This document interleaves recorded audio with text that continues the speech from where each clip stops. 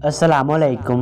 कोई 7-8 मजदूर मजदूरी पर खेत से भिंडियाँ तोड़ रहे थे। जितनी तेज़ी से इनके हाथ चल रहे थे इतनी तेज़ी से इनकी ज़ुबानें भी चल रही थी। एक तरफ वो पैसे कमा रहे थे, दूसरी तरफ मोहल्ले में पिछले दिनों हुए वाक़यात एक दूसरे को सुना रहे थे। अचानक शीदे को महसूस हुआ कि कोई चीज़ इसकी शलवार में घुस गई है। पहले तो उसने शलवार हाथ से ज़ोर ज़ोर से हिलाई, लेकिन कोई चीज़ ऊपर ही चढ़ती जा रही थी। अचानक उसके जहन में आया, क्यों ना ये सांप हो। फिर उसने ऊंचा ऊंचा चिल्लाना शुरू कर दिया, हाय मेरी शलवार में सांप घुस गया है। ये सुनकर सारे मजदूर इकट्ठे हो गए, लेकिन किसी की हिम्मत नहीं हो रही थी कि पास जाकर देखें। कुछ मजदूरों ने उसे मशवरा दिया कि शलवार उतार कर फेंक दो, लेकिन शीदे को होश होता तो शलवार उतारता। वो डर के मारे किसी और ही दुनिया में पहुंच गया था। हर एक ने मशवरा दिया कि जोगी किस काम आएगा, अभी उसको बुला कर लाता हूँ। थोड़ी देर के बाद जोगी आ गया। इतनी देर में शीदा बेहोश हो चुका था।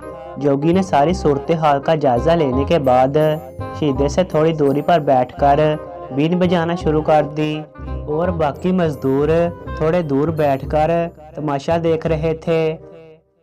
थोड़ी देर के बाद सांप शलवार से हिलता तो मजदूरों की चीखें निकल जाती। बड़ा ढीठ किस्म का सांप था जो शलवार के अंदर ही घूमते जा रहा था, मगर बाहर नहीं आ रहा था। काफी देर बीन बजाने के बाद भी सांप बाहर आने का नाम नहीं ले रहा था।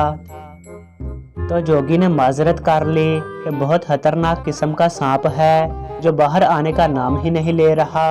इतने में चाचा शरीफ फिरता फराता उधर से आ निकला। उसके हाथ में एक लाठी थी।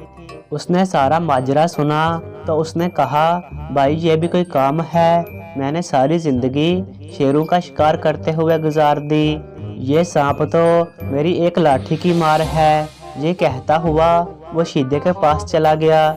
जोगी और सारे मजदूर सांस रोककर देख रहे थे कि चाचा शरीफ कैसे शिकार करता है। चाचा शरीफ ने पास जाकर हिला जलाकर सांप की मौजूदगी का अंदाज़ा लगाया, और जैसे ही सांप अपनी जगह से हिला तो उसने लाठी ऐसे घुमा के मारी कि बेहोश शीदे की चीखें निकल गईं। उसे सब भूल गया कि उसके साथ क्या हुआ था। दर्द से कराहते हुए वो खड़ा हो गया। एक छोटी सी चूहिया इसकी शलवार से निकलकर नीचे गिर पड़ी और लंगड़ाती हुई भाग गई। सारे लोग हंसते जा रहे थे।